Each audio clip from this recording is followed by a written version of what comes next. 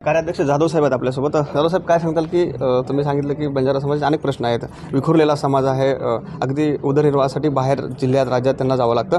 कशा पद्धतीने संघटनेचं काम असेल?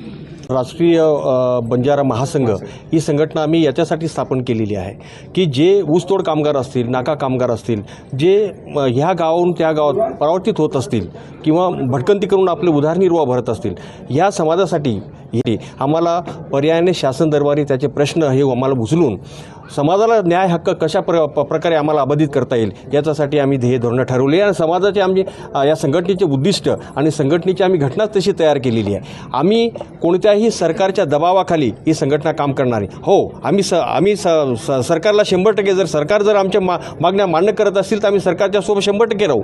पण सरकार जर आम्हाला बंजारा समाजाच्या जे न्याय अधिकार जर कुठेतरी हिरावून घेण्याचा प्रयत्न करत असेल तर आम्ही सरकारला, आम्ही समाजाच्या वतीने आम्ही उभं राहू, ही या संघटनेची भूमिका राहणार आहे. साहेब, आपण जर पाहिलं तर महाराष्ट्रामध्ये जे काही वेगळे इतर समाजासाठी महामंडळ आहेत, तशी काही महामंडळाची मागणी असेल आणि त्या महामंडळातून कसा फायदा होऊ शकतो जर सरकारने एखादं महामंडळ जाहीर केलं तर? आता या अगोदर काही ठिकाणी चर्चेचा विषय झालेला आहे, वनआरटी स्थापन करण्याचा पण विषय झालेला आहे वसंतराव नाईक साहेबांच्या नावाने, परंतु आता ते पूर्णतः अजून कार्यान्वित झालेली नाही.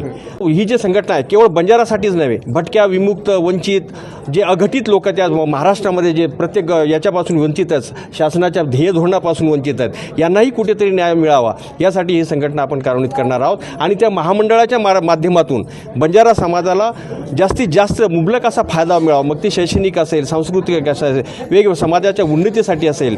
आज तांडा प्रत्येक तांड्यामध्ये जर आम्ही गेलो तर बंजारा समाजाच्या तांड्यामध्ये अजून पक्के रस्ते नाही आहेत. त्या पावसाळ्याच्या दिवसामध्ये चिखल अशी अवस्था आज समाजाची आहे. त्या बंजारा समाजाच्या तांड्यासाठी विशेष विकास व्हावा.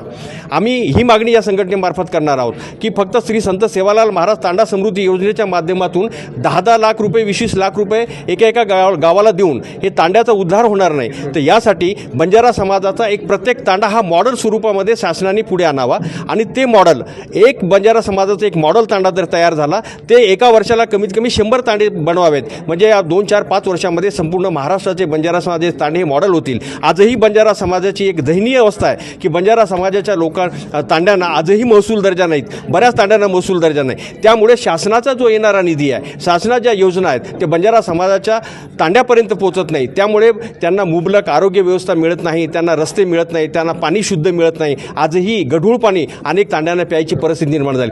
तर याला कुठेतरी वाचा आम्हाला फुडता यावी, त्यासाठी आम्ही आमचे आदरणीय गुरुवर्य PT चव्हाण सर आणि आमचे सगळे वरिष्ठ एकत्र येऊन आम्ही एक विचार केला की अनेक संघटना या देशामध्ये आहेत, पण संघटना खऱ्या अर्थाने संविधानिक न्याय हक्कासाठी आपण पुढे जात नव्हत. त्या संघटनेच्या माध्यमातून आम्ही